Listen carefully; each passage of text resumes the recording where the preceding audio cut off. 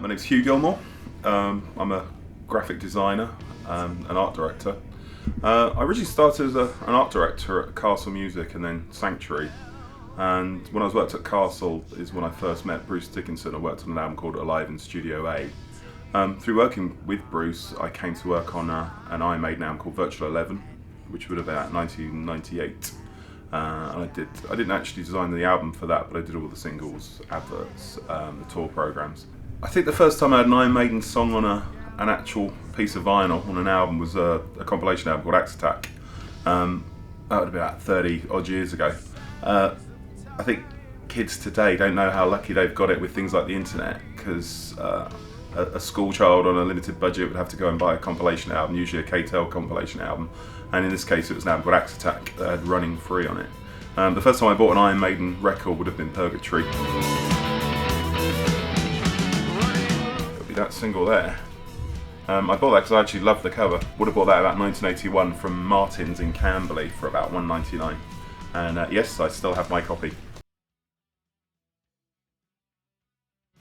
I've worked on an awful lot of Iron Maiden records, mainly catalogue. When we say catalogue, it's essentially it was putting the originally old vinyl albums out on CD.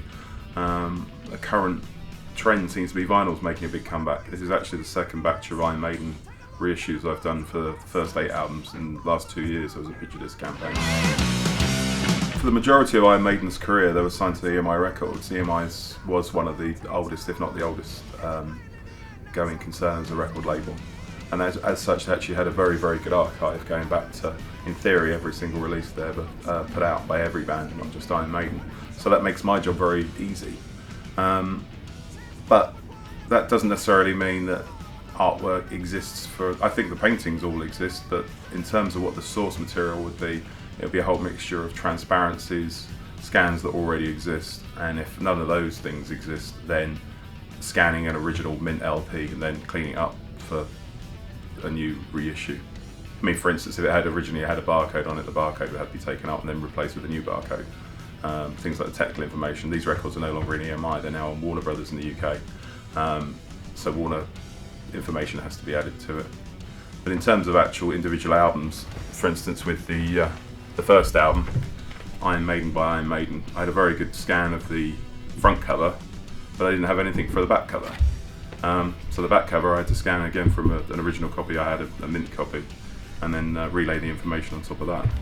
Whereas for Killers, the second record, it was the opposite way around, where actually the back cover had a very good transparency for, but I didn't have anything for the front. So again, the front cover is scanned from a mint LP.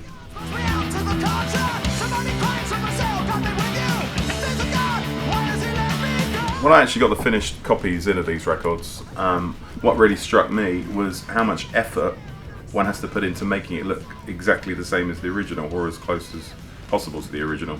Whereas when one's got a freer reign to design and put a little bit more of yourself into it, it's actually a slightly easier job. In a lot of ways, when you're doing something from scratch, it's in a way it makes your task a little easier, whereas actually producing what hopefully will be pretty close to the original reissues presents his own set of challenges. But I was quite happy, I was very happy how these turned out. Today, when vinyl's making a big resurgence, and I'm glad to see it's making a resurgence, the whole quality of the product has to be so much better. The weight of the vinyl, we very rarely go for less than 180 gram vinyl. The actual quality of the sleeves, we go for quite heavyweight board. So you actually, if you're going to buy these things again and again, I've bought Iron Maiden records over and over again. You want it to be the best it can be, and you want the quality to be there. But having said that, Maiden have always had, I think, the best quality in terms of artwork, in terms of packaging, in terms of giving the fan value for money. In terms of track listings and things, a few years ago, I cleared out my parents' garage and I found some sketchbooks. And in one of the sketchbooks, from 1982, compiled a best of Iron Maiden based on their first 3 records, which is all they'd released at the time. And I'd given it an authentic EMI catalogue number and correct publishing details. So obviously at that age of about 12, going into it very, very deeply, which is a sort of thing I do on a daily basis now, is check that information.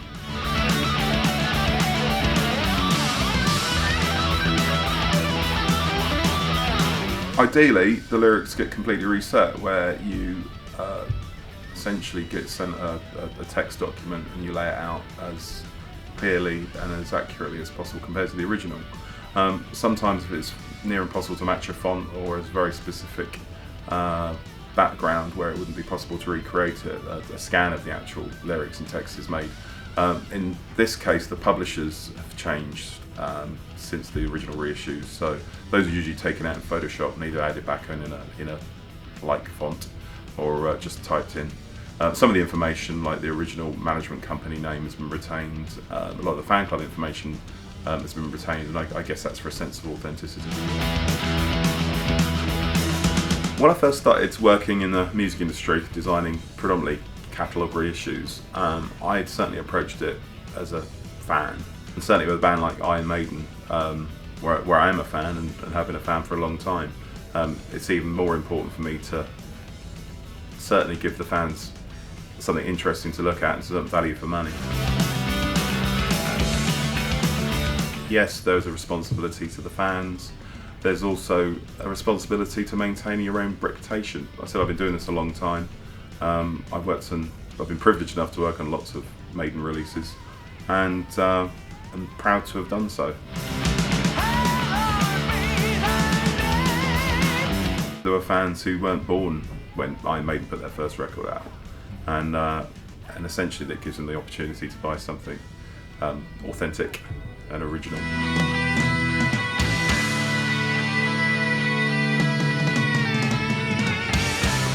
When I was a teenager, the actual when vinyl was the dominant format, the whole package was so important. The artwork, getting a lyric sheet, seeing what the band looked like now. And in the case of Iron Maiden records, Derek Riggs always used to have a little logo he used to hide, and trying to find where Derek's logo was always the first thing you do when you start examining the sleeves. But all the information that went in there, Martin Birch would always have some curious nickname like Headmaster, and would actually quite often have his photograph pictured in the album, which obviously shows how highly respected certainly he was from the band. So all those things are much better, I think, presented on a 12-inch sleeve. That's the other thing, that the 12-inch sleeve was his own advert, it was his own marketing. When you walked into a record shop, a 12-inch sleeve obviously jumped out of the sleeves a lot quicker than a CD jacket. And again, Iron Maiden's artwork has always been second to none, really, and again, I think jumps out better than most. One of the most satisfying things is actually seeing the finished product, to actually have the final piece of product that you've slaved over, sometimes for months, actually come out and actually look as good as you planned it to. I'm always impressed how Eddie can always be in a new situation, and that's one of the interesting, exciting things when Iron Maiden always put a new record out, is what's Eddie doing this year or this time.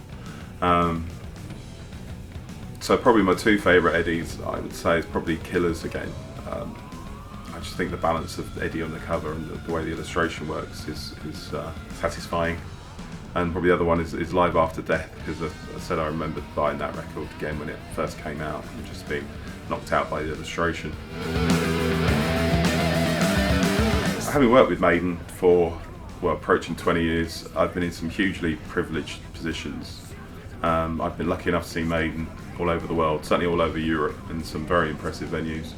I've actually been in a plane with Bruce piloting twice, once with a 6-seater twin prop plane and once in a 300-seater Airbus. So again, those are hugely privileged positions to be in. My favourite memory though is probably supporting Iron Maiden in 2005. I've got to do a plug here. I played bass guitar in a band called Pig Iron, and in 2005 Pig Iron were asked to be the support for Maiden at the Clive Burr charity show at Hammersmith Apollo. And again, I'm not sure you can get a bigger privilege than actually supporting Iron Maiden. So I'd say that was probably my fondest memory of many.